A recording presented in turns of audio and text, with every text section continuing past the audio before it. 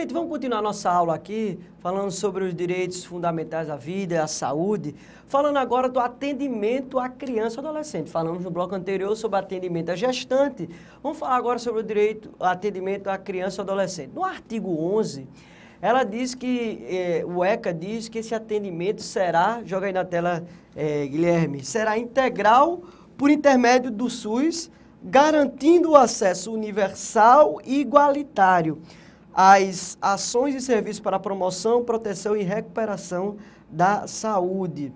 Então, não pode haver distinção em relação às crianças. Ah, porque a criança é indígena, porque ela é quilombola, ou ela, enfim, é de algum grupo específico, tem alguma crença religiosa e tal. Não pode trazer qualquer distinção, ok?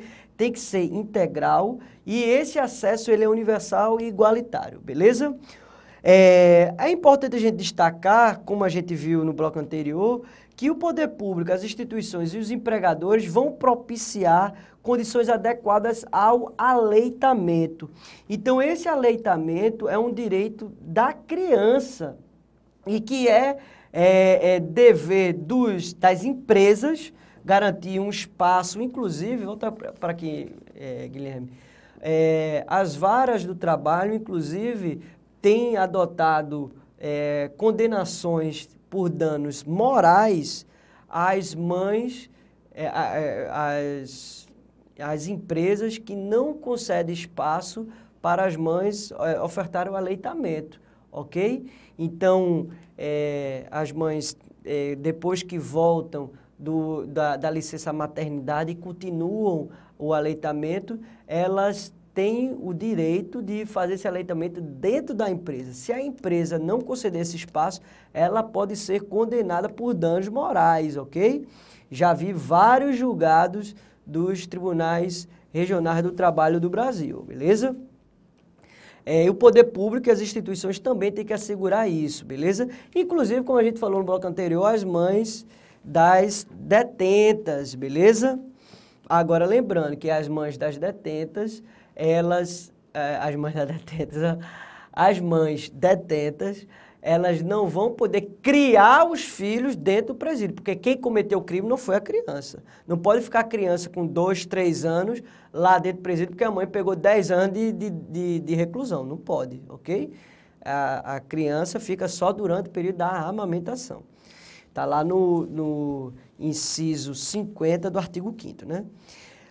A criança com deficiência tem o direito a receber atendimento especializado, está lá no artigo 11, parágrafo 1º. É obrigatória a vacinação das crianças nos casos recomendados pelas autoridades sanitárias. Os medicamentos, próteses e outros tratamentos serão fornecidos gratuitamente. Ó, se liga, isso eu já vi em prova. A prova afirmando que é garantido o direito à saúde, mas não se insere nesse direito à saúde o acesso a próteses gratuitas. Falso.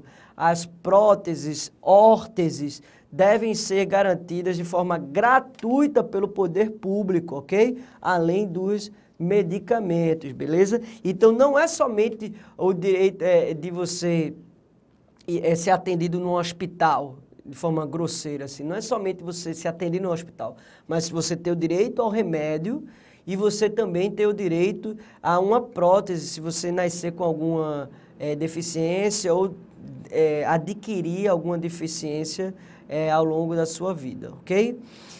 Casos de maus tratos contra criança ou adolescente serão obrigatoriamente comunicados ao Conselho Tutelar da respectiva localidade, sem prejuízo de outras providências, como comunicar a delegacia especializada ou a delegacia da área, ou então ao Ministério Público. Então, o que é que acontece? As autoridades públicas têm que ser comunicadas. O que é que o ECA fala? Que obrigatoriamente o Conselho Tutelar tem que receber essa comunicação. Infelizmente, alguns conselheiros tutelares funcionam de forma, alguns conselhos tutelares funcionam de forma muito precária, sem equipamento suficiente, sem gente suficiente, e aí essas comunicações de maus tratos muitas vezes ficam sem encaminhamento algum. Na prática, isso acontece demais, né?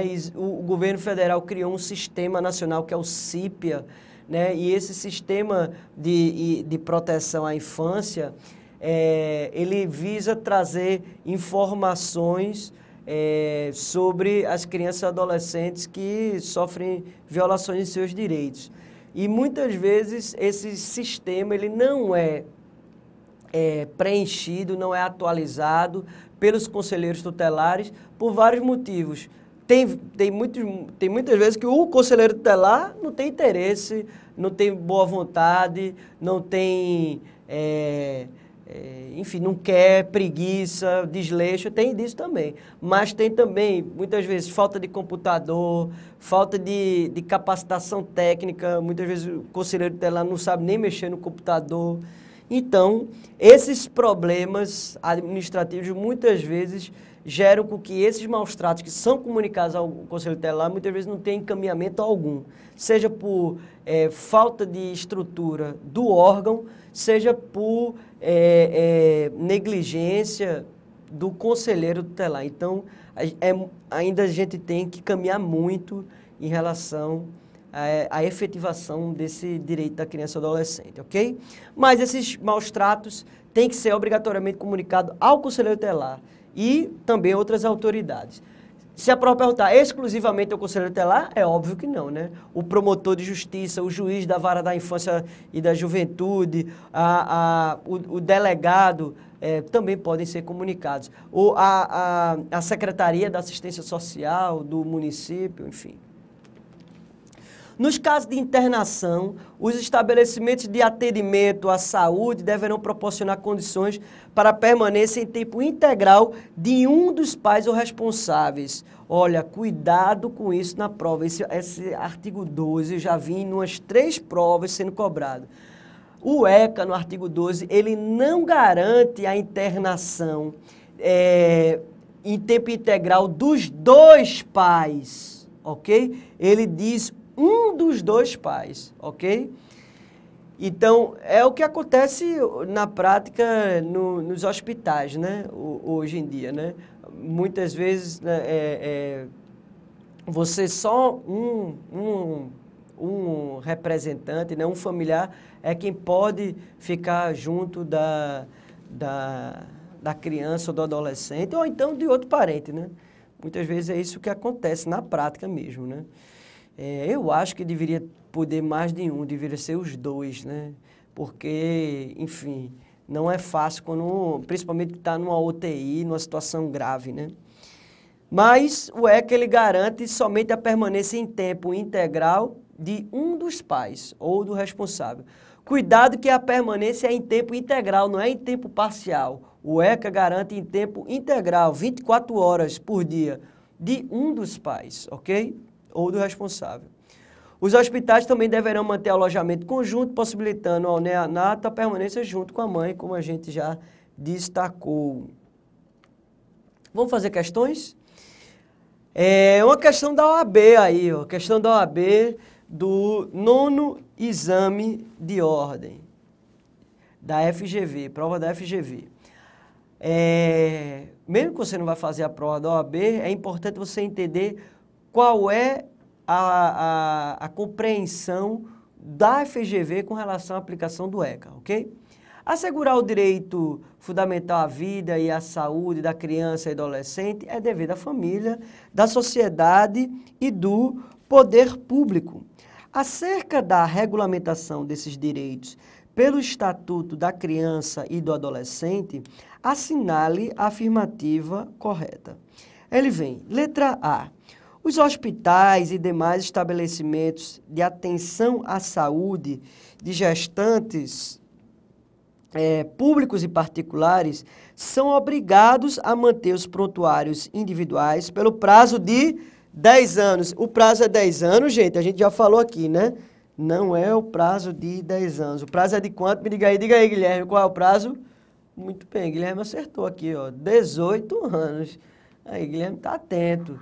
Então, assim como fornecer declaração de nascimento. Tem que fornecer essa declaração de nascimento? Sim, tem que fornecer essa declaração que deve conter, né, como diz o inciso 4º do artigo 10, né, as intercorrências do parto e do desenvolvimento do neonato. Então, esses hospitais têm que manter esses prontuários pelo prazo de 18 anos, beleza? Falso, então, letra A. Letra B.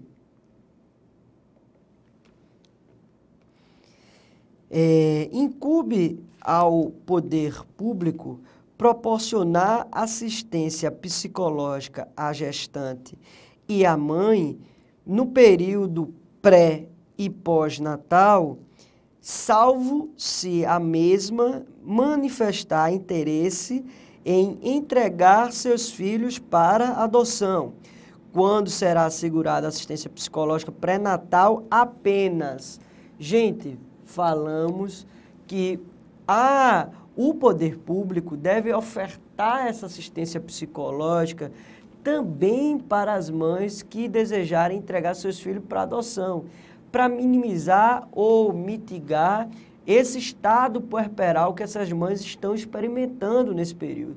E, inclusive, ajudar elas a mudarem de opinião, né?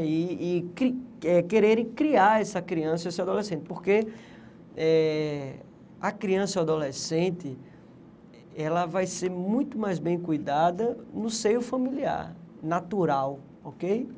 Então, lógico que tem casos em que o pai e a mãe não têm condições alguma de cuidar, né? Quando a mãe é usuária de drogas contumaz, vive numa dependência química, que não consegue cuidar nem de si mesmo, totalmente entregue às baratas, né? Como a gente fala no popular, né? Inclusive, tem muitas ONGs que trabalham, né, com o atendimento dessas crianças e adolescentes que são entregues, muitas vezes, por essas mães usuárias de drogas, dependentes, muitas vezes, do crack, né? E o detalhe todo que é triste, que essas crianças já nascem, muitas delas com muitos problemas de saúde, seja neurológico, por conta do crack, que afeta também do desenvolvimento neurológico dessa criança, seja por questões pulmonar, respiratória, enfim, de coronárias. Então, realmente, é muito delicado essa questão dessas crianças que são filhos de mulheres dependentes de drogas. É bem complicado isso. Então, assim, essas mães devem ter esse suporte, dessa assistência psicológica, beleza? Então, falso, a letra B de bola. E essas mães que estão querendo colocar os filhos para adoção, elas devem ser obrigatoriamente encaminhadas à Justiça da Infância e da Juventude, a vara, né, da Infância e da Juventude, como está lá previsto parágrafo 1 do artigo 13, que foi incluído recentemente, né, em 2009, pela Lei 12.010.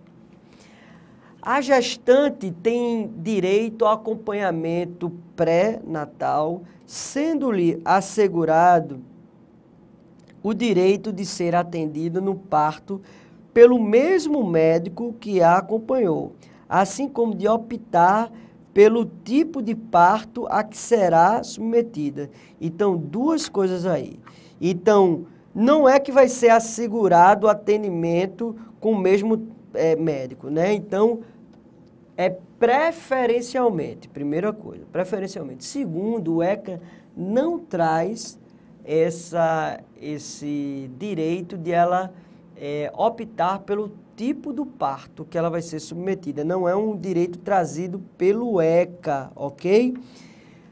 A Agência Nacional de Saúde, recentemente, acho que foi em junho de 2015, foi junho ou foi julho, emitiu duas resoluções que promoveram o parto natural, que assim, facilitaram o parto natural pelas mulheres. Porque o que acontece?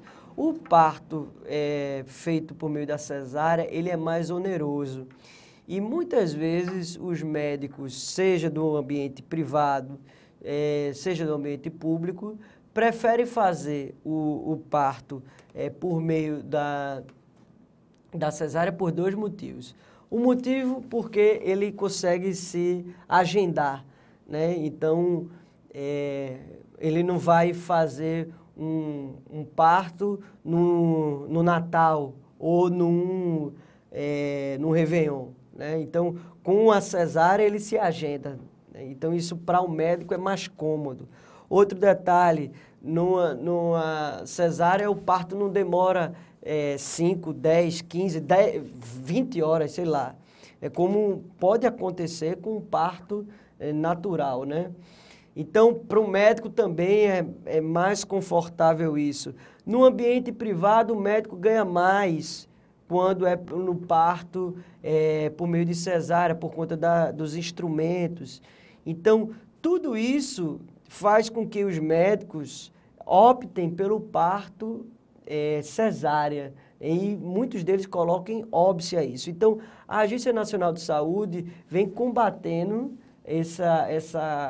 esse comportamento dos médicos, né, no sentido de estimular o parto natural, porque é bom para a gestante e é bom para a criança, né? No Brasil, tem índices assim, estratosféricos da quantidade de partos de cesárea, coisa assim, eu acho que é o país que mais faz cesárea do mundo, se não é o primeiro, é o segundo, né? Então, assim, isso é muito preocupante porque muitas vezes onde é aconselhável fazer o parto natural, se utiliza como regra a cesárea.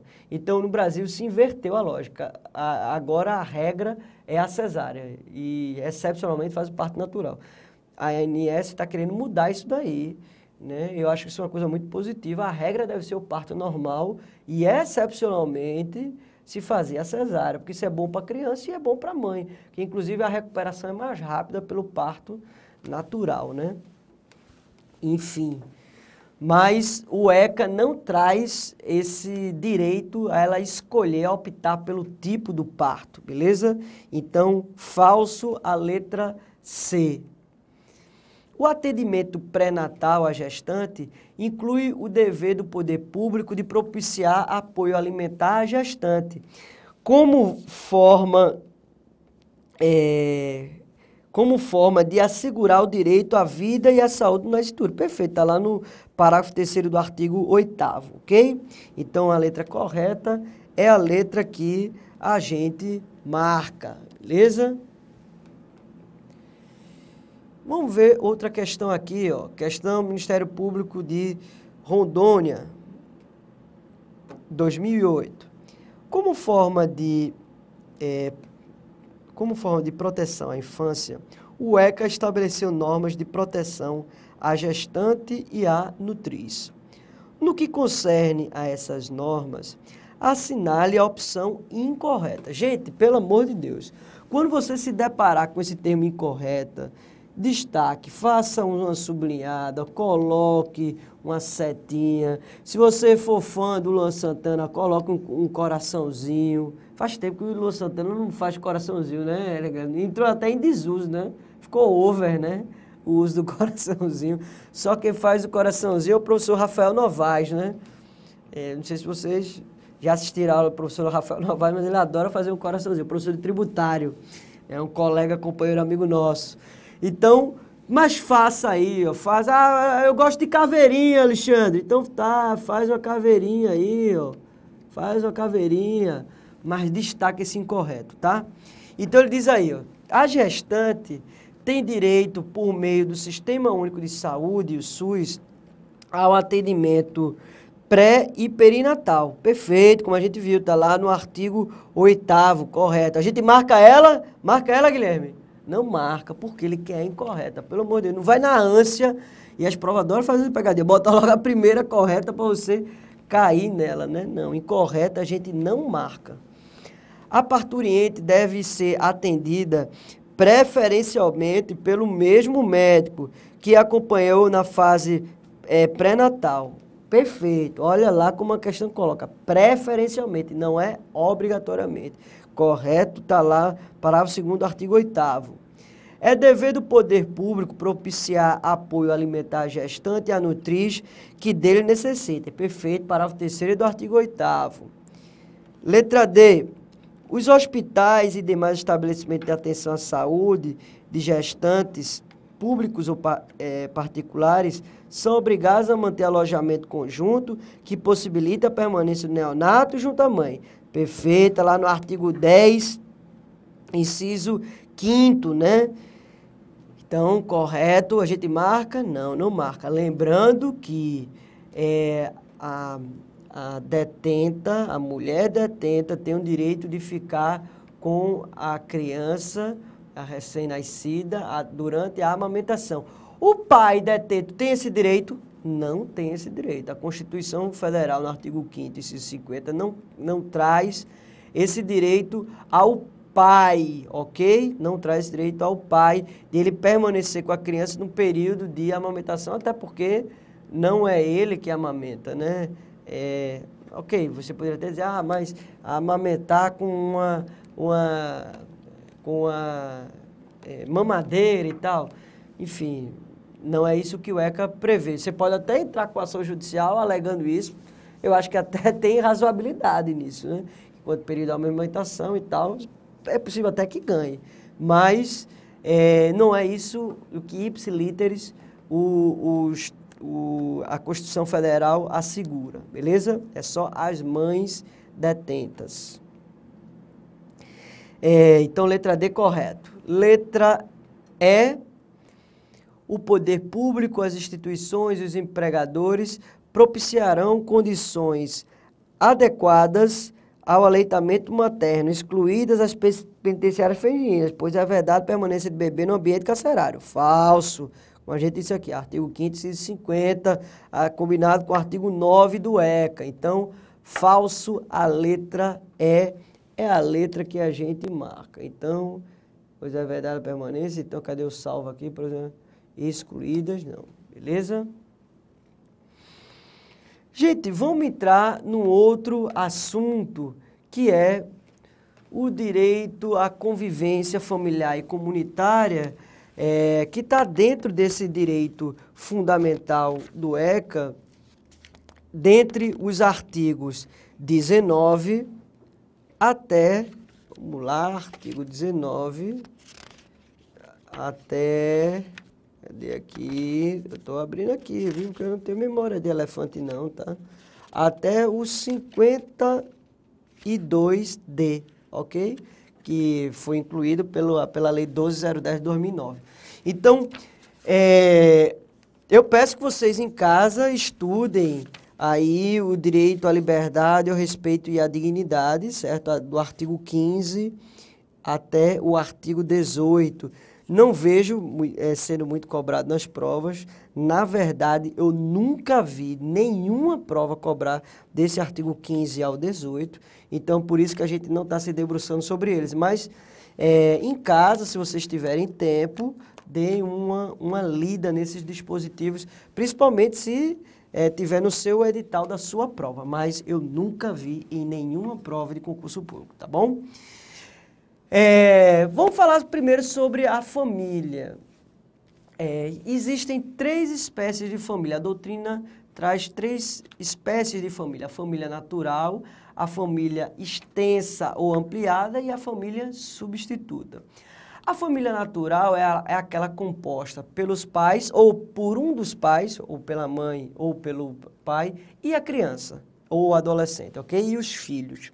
Então, a família natural, ela é compreendida entre os pais e os filhos, ok? Isso é lá previsto no artigo 226, parágrafo 4º da Constituição Federal e combinado com o artigo 25 do ECA, beleza? Então, família natural são os pais e o filho, nessa relação direta. Família extensa ou ampliada é aquela composta pelos parentes.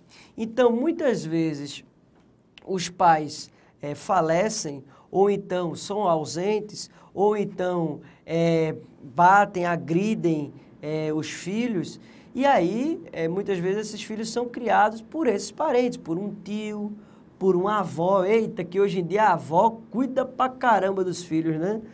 Hoje em dia, A avó virou uma segunda mãe, não é não, Guilherme? Hoje em dia, e principalmente por conta do alto índice de gravidez na adolescência, né? Muitas adolescentes, inclusive crianças, tem alguns casos de crianças gestantes, por conta de estupro ou por, enfim, por conta dessa prematuridade, né? E aí a gente tem que culpar um pouco da nossa mídia, né? Da nossa cultura de supervalorização do corpo feminino, né? Você vê essas músicas da novinha, do não sei o que e tal. Sempre teve, é verdade, gravidez na adolescência antes da música das novinhas, isso é fato. Mas hoje em dia a coisa tá, os números apontam que a gravidez na adolescência ampliou muito nos últimos anos. Isso, o acesso à informação também traz isso, né? Por meio da internet, a internet é uma ferramenta que traz muitas coisas boas, mas também traz coisas ruins, né? Então, nossas crianças e adolescentes estão expostas também a esses conteúdos eróticos que estimulam essa sexualidade prematura. Então, muitas vezes, essas crianças e adolescentes são criados por essa família extensa, né? Por um tio, por um avô, por um irmão, né? Então, a família extensa ou ampliada, ela está prevista lá no parágrafo único do artigo 25, que são esses parentes próximos que têm um vínculo de afetividade e de afinidade, ok? A família substituta é aquela família que vai vir a substituir os pais num caso de suspensão ou perda do poder familiar, ok? Essa suspensão ou perda do poder familiar pode se dar por meio... Tem algumas modalidades de família substituta, que pode se dar por meio da guarda, da tutela ou da adoção, como está lá previsto no artigo 28 do ECA. Lembrar que essa família substituta é uma exceção. A regra é que as crianças e adolescentes sejam criados na sua família natural, né? Por quê? Porque esse vínculo com a família natural traz uma maior tranquilidade a essa criança ou adolescente. Mas, infelizmente, seja por agressão, seja por abandono imaterial ou material, seja por falecimento, muitas vezes essas crianças e adolescentes têm que ser criados por outras pessoas que não seja a família natural. Aí é onde se coloca na família extensa ou ampliada. Então, é como se fosse uma escala. Prioridade inicial, família natural. Segundo momento, família extensa ou ampliada. Se não der para colocar na família extensa ou ampliada, aí sim vai para uma família substituta, ok? Agora, cuidado, porque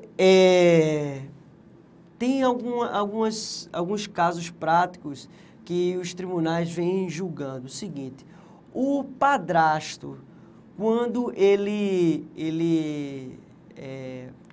casa com a mulher, né? O enteado, ele tem um direito direto de registrar ele como filho? Não. Por quê? Porque a separação, o divórcio em si, ela não quebra o poder familiar, ok? Então, aquela criança, ela vai continuar sendo vinculada juridicamente àquele pai, mesmo que haja a separação, aquele pai ou aquela mãe, mesmo que haja a separação ou o divórcio. Agora, né, o divórcio com a mudança do Código Civil ficou mais fácil, né? O divórcio ficou até mais célere, né? Então, com o divórcio, essa criança adolescente não perde o vínculo com o pai ou a mãe, né? Agora, o padrasto, ele pode requisitar esse poder familiar em caso da perda ou suspensão do poder familiar pelo pai ou pela mãe? Sim, ele tem ele pode requisitar isso por estar casado com a mãe do filho, né? Então, é possível ele requisitar isso? Sim. O pai era um drogado, batia, espancava, estuprava. Então, é possível haver a perda do poder familiar do pai com relação à criança e esse padrasto poderá requisitar o exercício desse poder familiar, sim, pela via judicial e tem grande chance de êxito, ok? No próximo bloco, a gente continua falando sobre esse direito à convivência familiar e comunitária. Até mais.